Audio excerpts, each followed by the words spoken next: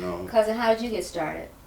I got started trusting someone. Actually, it was a friend, and she said, "Hey, let's do this." You know, she did it. So And what was that? That was crack.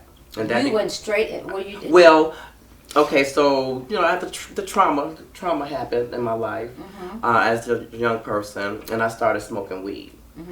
Wasn't addicted to weed. Then 5-6 years later, I tried crack, and I was chasing that high until the time I stopped. Okay. There's nothing like your first hit. That's what. I've never tried heroin. Okay. I've never been a pill popper. I've never, you know, I don't like needles.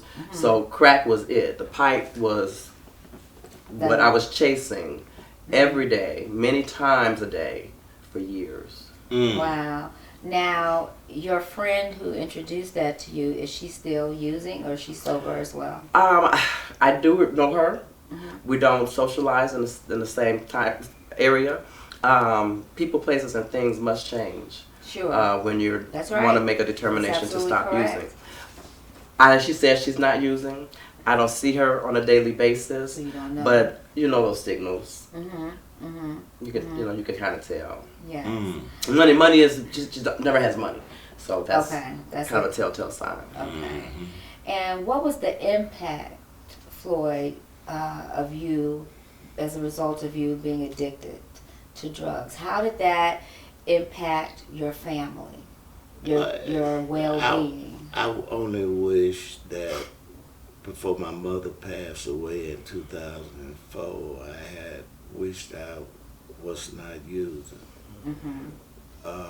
That when she passed, that every time I would use, I would feel real bad, you know, because my mom wanted me off of that, you know, because she had seen me, and like I said, I'm a mama's boy, and I took care of my mother, you know. I stayed with my mother until she died. I was 54 years old when she passed away in 2004, and then a lot of cats, why you staying with your mama?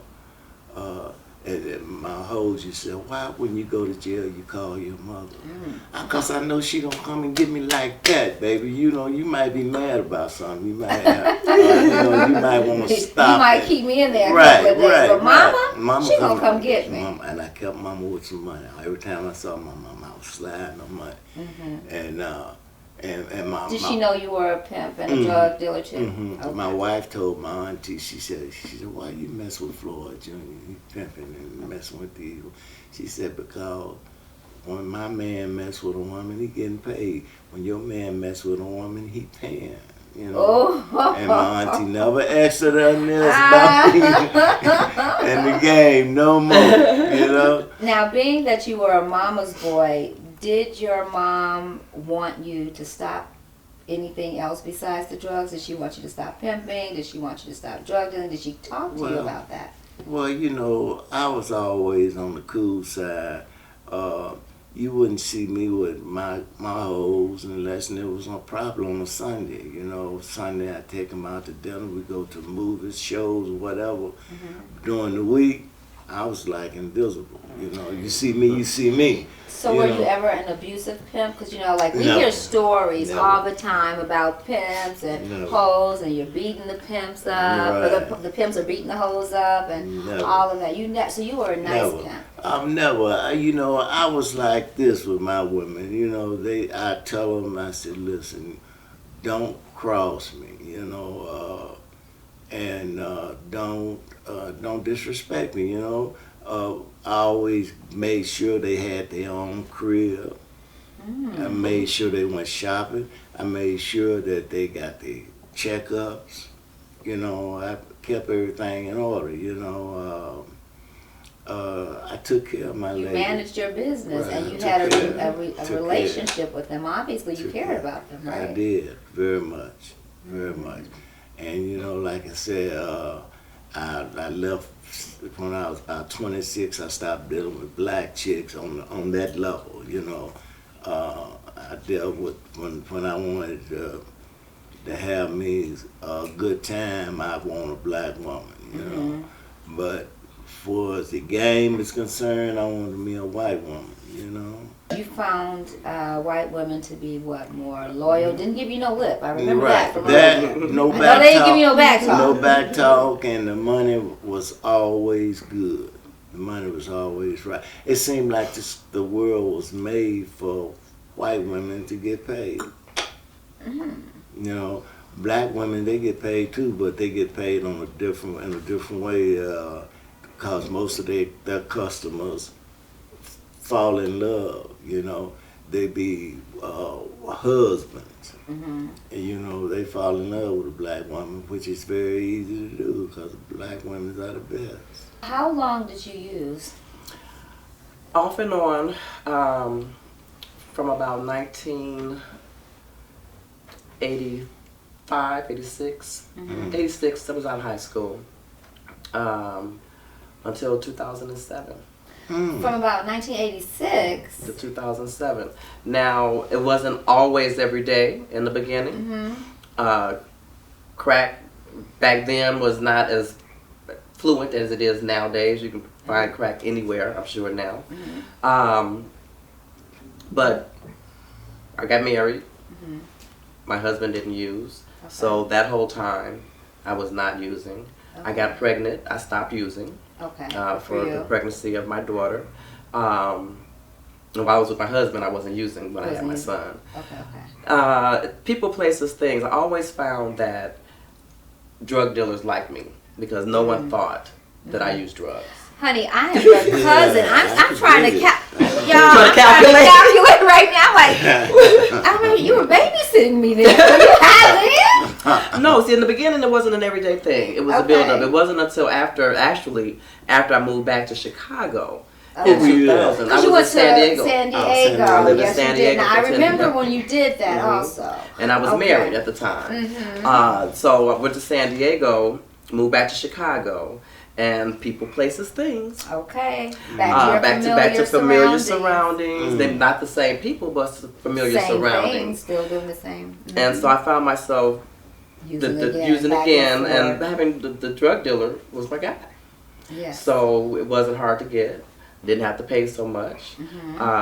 What I did on the streets was outside of him. I never worked for a pimp, but I've done ratchet things, you know, to support that. What were some of those things that you had to do to sustain yourself? Even sustain your, because like you had your own place at that time, and then you need money. And you got to buy more crack. Absolutely. So how did the streets become your friends? The streets became my friends. I would walk. So that's a prostitute? Prostitute. I stole. I manipulated a lot of people. And when you say you stole from family, family, department stores. And when I say never department stores, I was afraid to go to jail, although I was arrested once. But I was afraid to go to jail. That was one thing. And you know, we were raised with certain morals, so to speak. And I always felt like an outcast because my mother had no drug addiction. I knew I was not my stepfather's daughter, but I grew up in a middle class home. With rules. My folks were strict too. I had to be on the block when street lights came on. You know, very I still hear them calling our name. And if I wasn't, my mom was standing outside waiting for me. Waiting for me. And I hated to walk down that block that time. But I found myself with a lot of drug dealers, and it wasn't until after I got evicted. Even maybe 2 weeks before my eviction, I went into the hospital, almost died.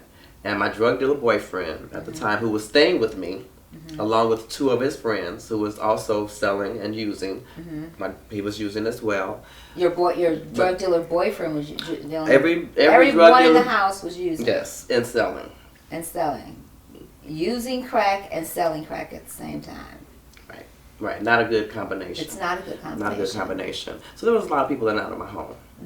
And were you hospitalized for drug related? No, I went in because I was sick. Fever was high, and I had boils.